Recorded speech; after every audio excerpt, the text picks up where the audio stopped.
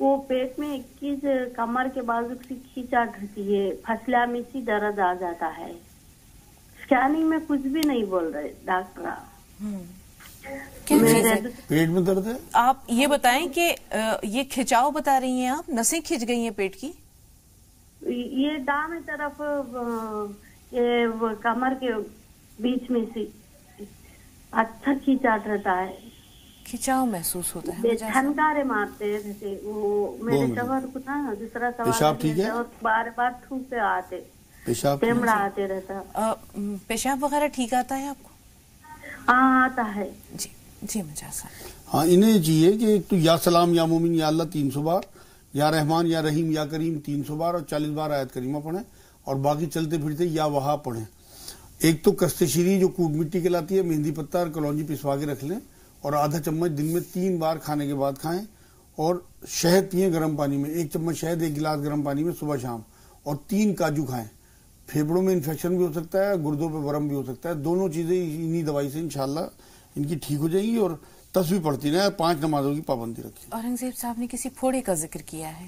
ہاں وہ تو ان کا ٹھیک ہو گیا, لیکن اس میں بھی تکلیف باقی ہے. انہیں بھی یہی چاہیے کہ کشتے شیری جو کہلاتی ہے کوٹ مٹی, وہ کلونجی اور مہندی پتہ پسوا کے رکھ لیں, اور آدھا چمچ کھانے کے بعد 3 ٹائم کھائیں, اور 3 کاجو روز کھائیں, اور لا حول ولا قوت الا باللہ 300 بار, اور ان ربی علی کل شیء حفیظ کہ اللہ میری اس بیماری سے حفاظت فرمائیے. انشاءاللہ وہ جگہ درد نہیں کرے گی. شہد پیا کریں گرم پانی میں صبح شام. معصوم بھائی نے بتایا تھا کہ آپ کے نسخے پر انہوں نے عمل کیا تو پتھری نکلی تو نہیں, البتہ گال بلیڈر سکڑ گیا. اس کے لیے اب انہیں یہ چاہیے کہ گلہڑ کے پھول آتے ہیں, دیسی دوائی والوں کے ہاں مل جائیں گے, گلہڑ کے پھول انہیں پسوا کے رکھ لیں, 10-20-50 روپے کے لے لیں, اور 1 چمچ گلہڑ کے پھول پیسے ہوئے رات کو سادے پانی سے سوتے ہوئے کھائیں. اس کے بعد کچھ نہیں کھانا. اگر 1-2 دن میں ہلکا پھلکا درد ہو تو اسے برداشت کریں. ان کا جو گال بلیڈر ہے وہ ٹھیک ہو جائے گا انشاءاللہ, پتھری ختم کر دے گا بالکل. اور یا رحمان یا رحیم یا اللہ 300 بار, اور 40 بار آیت کریمہ لا الہ الا انت سبحانک انی کنت من الظالمین, ان ربی علی کل شیء حفیظ 100 بار, اور چلتے پھرتے یا وہاں پڑھیں. انشاءاللہ پیتے ہی کوئی پریشانی رہے گی نہیں. جی فاطمہ فرمائیے, آپ کا سوال کیا ہے؟ فاطمہ ہمیں سن پا رہی ہیں آپ؟ السلام علیکم. وعلیکم السلام ورحمۃ اللہ وبرکاتہ. جی فاطمہ صاحبہ. میں پیروں کا درد نہیں زیادہ. پیروں میں درد ہے, ٹھیک ہے. تبسم بہن آپ بتائیے, آپ کا سوال کیا ہے؟ جی السلام علیکم ورحمۃ اللہ وبرکاتہ. وعلیکم السلام ورحمۃ اللہ وبرکاتہ. جی بہن. جی مجھے پریشانی ہے کہ میرے فور ہیڈ میں لیفٹ سائڈ سے ایک نسوں میں درد ہوتی ہے, اکثر رات بھر چمکتا رہتا ہے, اور کبھی بالکل ٹھیک ہو جاتا ہے, پھر کبھی جبڑے کے اینڈ پوائنٹ سے آنکھوں کی نسوں تک, دانتوں کی نسوں تک, کبھی کبھی گردن کے وہ گلینڈز تک, اور وہی کبھی کبھی گردن کے پیچھے تک چلی جاتی ہے. میں بہت پریشان رہتی ہوں, کبھی بالکل ٹھیک رہتا ہے اور کبھی بہت زیادہ ہو جاتا ہے. ٹھیک ہے, غور سے اور ایک صلاۃ استخارہ کے بارے میں ایک سوال پوچھنا تھا. جی. میری امی نے میری بہن کی شادی کے بارے میں صلاۃ استخارہ پڑھا تھا, تو رات کو انہوں نے خواب دیکھا کہ امرود کا پیڑ ہے, چھوٹے چھوٹے امرود ہے جو کچھ خاص نہیں ہے, اس کے اوپر انہوں نے غور سے دیکھا تو ایک بہت ہی پکا ہوا امرود کا پھل ہے جسے وہ پانا چاہ رہی تھی. وہ سوچ رہی تھی, انہیں لگا کہ کوئی اس پہ ہے اس پیڑ پہ, تو وہ سوچی کہ دوسری طرف سے جا کے وہ لے لے گی.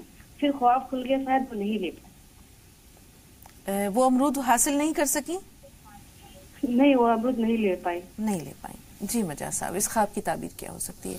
اصل میں تو یہ تو ایک اشارہ ہے کہ اللہ نے ایک حساب سے ان کے اوپر آپشنل چھوڑ دیا ہے کہ یہ وہاں کریں یا نہ کریں رشتہ, کیونکہ دکھا بھی ہے اور یہ لگتا ہے کہ میں لے لوں گی, اور پھر آنکھ کھل گئی, لے نہیں پائیں.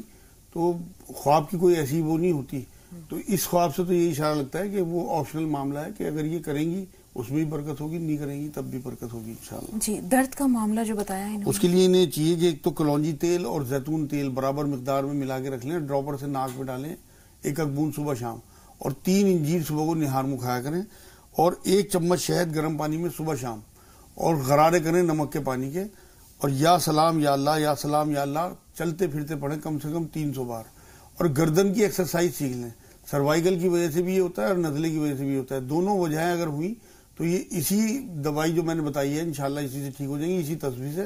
لیکن گردن کی ایکسرسائز جو 3-4 ایکسرسائز ڈاکٹر بتاتے ہیں سروائیکل کی, سب کو پتہ ہوتی ہے, وہ سیکھ لیں انشاءاللہ ٹھیک رہے گی. 6 ماہ کے بچے کو نمونیا ہو جائے تو کیا کریں؟ اس کے لیے چاہیے کہ دیسی موم آتا ہے بازار سے, لے لیں 5-7 روپے کا, اور اسے دیسی گھی کے ساتھ گرم کریں اور اس کی چھاتی پہ لیپ کریں مطلب بہت زیادہ گرم نہ ہو, انگلیوں سے پتہ لگ جائے گا 6 مہینے کا بچہ ہے, اس کی پسلیوں پہ لیپ کریں گھی موم کا, اور شہد 8 بوند شہد اور 2 بوند زیتون کا تیل اچھی طرح مکس کر کے وہ اسے چٹائیں روز رات کو, اور آدھی منقع تھوڑے سی نوائے پانی میں مسل کے انگلیوں سے اور وہ اسے پلائیں, انشاءاللہ تمام نمونیاں دور ہو جائیں. جی سمرن کا سوال بہت اہم ہے, ضرور لیں گے, لیکن اس سے پہلے 2 کالرز کے سوالات جمع کر لیتے ہیں. جی خوشنما بتائیے آپ کا سوال کیا ہے؟ جی السلام علیکم ورحمۃ اللہ وبرکاتہ. وعلیکم السلام ورحمۃ اللہ وبرکاتہ. جی بہن. دادی اپنی امی کی عمر 80 سال ہے, لیکن ان کی کمر میں درد بہت ہوتا ہے, اور اگر وہ چلتی ہیں تو ان کی سانس پھولنے لگتی ہے. تو پوچھنا چاہتی مولانا صاحب سے کوئی ایسی چیز بتا دیں. اور دوسری بات میرا سوال یہ ہے کہ ہماری چھوٹی بہن کے ہونٹوں کے مسئلے ہیں وائٹ. یہ آپ کی چھوٹی بہن کا مسئلہ کیا ہے؟ ان کا مسئلہ یہ کہ دادی ان کے ہونٹوں کا لپس پر ان کے سفید سفید مسئلے ہیں. سفید مسئلے ہیں, ٹھیک ہے. زرینہ آپ بتائیے آپ کا سوال کیا ہے؟ السلام علیکم. مولانا صاحب کو بھی السلام. مولانا صاحب نے مجھے بچوں کی 4 بچے ہیں میرے, ایک لڑکا 3 لڑکیاں, ان کی شادی کے لیے بتائی تھی وہ 360 بار پڑھنے کو کنٹینیوس. میں مولانا صاحب سے ان کے وہاں پر مرکز سے بات ہوئی تھی اس کا. اچھا, ان کے کوئی تھے مطلب معاون تھے. جی ہاں, تو انہوں نے کنٹینیوس بتائی. اب مجھے 72 یا 73 دن ہو گئے پڑھتے ہوئے, اور 2 آئے تھے, اور ایک 54 نمبر کی اور ایک وہ ایک اور ہے, میں ابھی دماغ میں نہیں آ رہی ہے. تو 3 چیزیں بتائی تھی, وہ کنٹینیوس پڑھ رہی ہوں میں, مگر رشتے ایسے صحیح نہیں آ رہے, تو ان کے لیے دعا کروائیے. اور میرے جو ہے نا ہرنیا کی گانٹھ ہو گئی ہے چھوٹی سی, اور اس کے لیے, اور ایک بچی میری وکالت کر رہی ہے چھوٹی والی, عظما نام ہے اس کا, اس کے لیے پڑھائی کے لیے, اس کامیابی کے لیے دعا, اور اس کی حفاظت کے لیے دعا. ضرور. ایک چھوٹا سا سوال آپ کی بات سے, آپ نے کہا صحیح رشتے نہیں آ رہے, صحیح سے کیا مراد ہے؟ کل گئی تھی انسٹا, تو کلام پاک بھی پڑھا ہوا لکھتا ہوا نہیں تھا, 5 کلاس پڑھا لکھا تھا, گھر کا ماحول کچھ مطلب ہمارے اپنے ہم لوگ مرزا ہیں, کم سے کم میڈیم کلاس ملے, لیکن صحیح تو کم سے کم ایسے مل جائے کہ دل سے دل ٹوٹ جائے, خاندانی لگے کم سے کم. یہ ہے, اور ایسی کوئی بات نہیں ہے.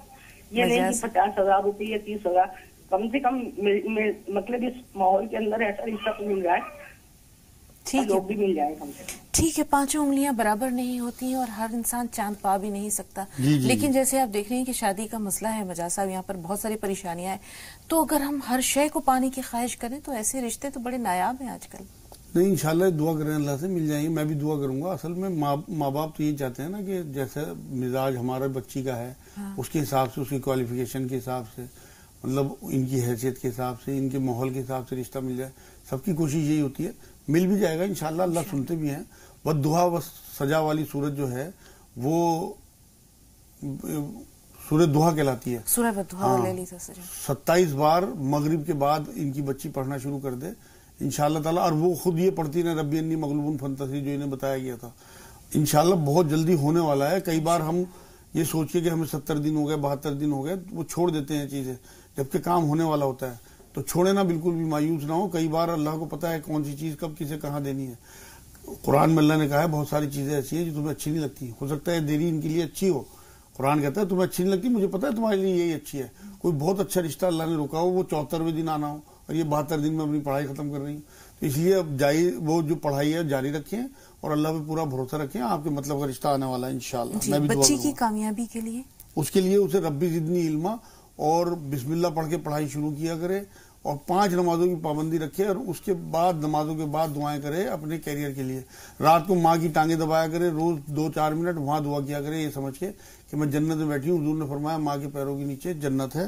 اور ربی زدنی علما ایک تسبیح, لا حول ولا قوت الا باللہ ایک تسبیح. ہرنیا کے لیے ہرنیا کے لیے صرف اور صرف آپریشن ہی ہے, لیکن ایک دوائی میں بتاتا ہوں, اللہ نے اگر وہ لگا دی تو شاید یہ بچ جائیں, کیونکہ چھوٹی گانٹھ ہے. تو 2 چھوٹی الائچی صبح شام کھائیں, اور کوٹ مٹی, مہندی پتہ, کلونجی پسوا کے رکھ لیں, آدھا چمچ کھانے کے بعد تینوں ٹائم لیں. یا رحمان یا رحیم یا اللہ 300 بار, 40 بار آیت کریمہ, اور انا ربی علی کل شیء حفیظ 100 بار, کہ اللہ میری حفاظت آپریشن سے کر دے. ہو سکتا ہے انشاءاللہ یہ بچ جائیں انشاءاللہ. فرزانہ آپ بتائیے سوال کیا ہے؟ رابطہ نہیں رہا. سعدیہ آپ بتائیے آپ کا سوال کیا ہے؟ السلام علیکم باجی. وعلیکم السلام. جی بہن. مولانا صاحب کو بھی السلام علیکم. وعلیکم السلام. وہ مولانا صاحب بولتے تھے نا وائٹ بال کے لیے وہ پیاز کا رس لگانے کو, تو وہ کتنا دن تک لگانا ہے مولانا صاحب؟ جی کتنے دن لگانا ہے بچہ؟ 1 ہفتے میں 2 بار لگانا ہے بیٹا، اور صبح کو ہربل شیمپو یوز کرنا ہے، اور کم سے کم آپ 3 مہینے عمل کریں، آپ کے اگلے بال جو ہیں وہ کالے آنے شروع ہو جائیں گے، سفید ختم ہو جائیں گے۔ اور میرا ایک اور سوال ہے، میرا بھائی ہے، اس کو بار بار پتھری ہو جاتا ہے اور ٹیبیا ہو جاتا ہے۔ پتھری گردے میں؟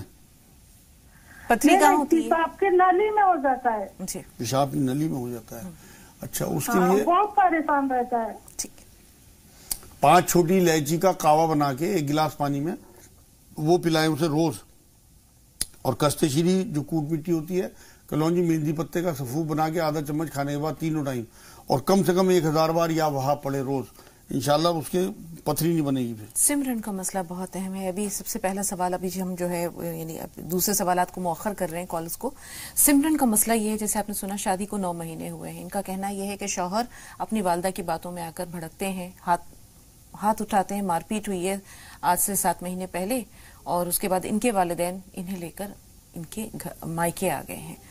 اصل میں یہ معاشرہ ایسا ہو گیا ہے عجیب و غریب کہ اس میں جو بڑی بوڑھی عورتیں ہوتی ہیں جو ساس کہلاتی ہیں، وہ بھی ٹائم نہیں دیتی بچیوں کو، آنے والی بہوؤں کو، اور بہویں بھی نہیں سمجھتی کہ ہم سارا ماحول چینج کر کے آئے ہیں، یہاں پہ ان کا ماحول الگ ہے ہمارا، تو 1 سال کا ٹائم اگر یہ دونوں ایک دوسرے کے میں، تو یہ چکر نہیں ہوگی۔ لیکن اب تو بچی اپنے گھر پہ ہے، اور وہ اگر یہاں آنا چاہتی ہے تو وہ ایک عمل کر لے، یا تو اپنی ساس کے لیے اگر وہ دیکھ رہی ہے کہ ساس کی زیادہ سختی ہے، اور یا پھر اپنے ہسبینڈ کے لیے، کہ ایک قرآن میں سورہ ممتحنہ ہے 60 نمبر سورت 28ویں سپارے میں، اس کی ایک 7 نمبر آیت ہے، بسم اللہ الرحمن الرحیم، اصل اللہ یجل بینکم و بین الذی آدیتم منہم مودہ واللہ قدیر واللہ غفور الرحیم۔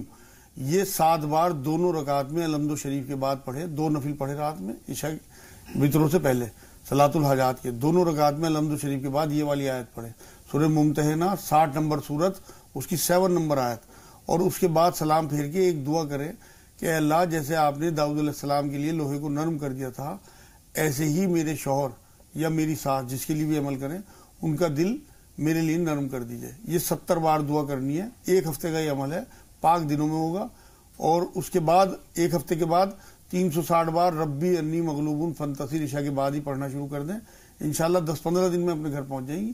اور وہاں جا کے رویہ جو ہے وہ میں بتا دیتا ہوں سمرن کو، کہ جا کے اپنی ماں سمجھ کے، اپنی ماں بھی کئی بار سخت مزاج ہوتی ہے، اپنی ساس کو گلے لگائے، انہیں سوری بولے، چاہے ساری غلطی ان کی ہو، اپنی ماں سمجھ کے ان سے معافی مانگنے میں کوئی دقت نہیں ہے، اور روز ان کی ٹانگیں دبانی شروع کر دے 2-4 منٹ، یہ بہت اچھا حل ہوتا ہے۔ وہ شروع میں اس کا ڈرامہ کہیں گی یا کہیں گے ہم نے نہیں دبانی، لیکن یہ کہے کہ مجھے اپنی امی کی ٹانگیں دبانے کی عادت تھی، اب آپ میری ماں ہو، پازیٹیو ایٹیٹیوڈ سے انشاءاللہ تعالیٰ یہ رویہ ان کا بھی درست ہو جائے، کچھ دنوں میں ان کے ہسبینڈ بھی بہت اچھے ہو جائیں گے انشاءاللہ۔ حمیرہ بتائیے آپ کا سوال کیا ہے؟ جی باجی آپ لوگوں کو ہمارا سلام ہو، اور میرا یہ سوال ہے کہ میرے بچے کے 1 سال ہو گیا ہے، دانے جو ہیں چھوٹے چھوٹے دانے اس میں پس ٹائپ کا ہے، اور وہ پیٹ پہ اور سینے پہ نکلے ہوئے، 1 سال ہو گیا، ان کو اس کو اسمال پاکس آیا تھا، تو اس کے بعد سے پھر وہ یہ نکل آئے اور جا نہیں رہے۔ ٹھیک ہے، عبد القدیر بھائی سوال بتائیے۔ ہاں باجی السلام علیکم۔ وعلیکم السلام ورحمۃ اللہ وبرکاتہ۔ جی بھائی۔ ہاں باجی ایکچولی میری لیا کے جو ہے مسوڑے تھوڑا کمزور سے ہو گئے ہیں، اور اس کی وجہ سے دانت ان کا ہل سے رہا ہے۔ ٹھیک ہے، تو مسوڑوں کی مضبوطی کے لیے کیا کریں؟ غور سے سنیے گا قدیر بھائی۔ جی میں اس کے لیے کریں گے، کیکر کی چھال آتی ہے، کیکر کی چھال وہ لے لیں 10-20 روپے کی، دیسی دوائی والوں کے یہاں سے، تھوڑی سی کیکر کی چھال، تھوڑی سی لال پھٹکری، 1 گلاس گرم پانی میں اچھی طرح ابال لیں، یا آدھے گلاس پانی میں، اور اس کی کلیے کریں، ہلتے ہوئے تمام دانت انشاءاللہ جم جائیں گے۔ اور اجوائن پیس کے رکھ لیں، رات کو سوتے ہوئے پسی ہوئی اجوائن دانتوں پہ ملیں، اور کلی صبح کریں، کچھ دنوں کے بعد ان کے مسوڑے دانت وغیرہ بالکل درست ہو جائیں گے۔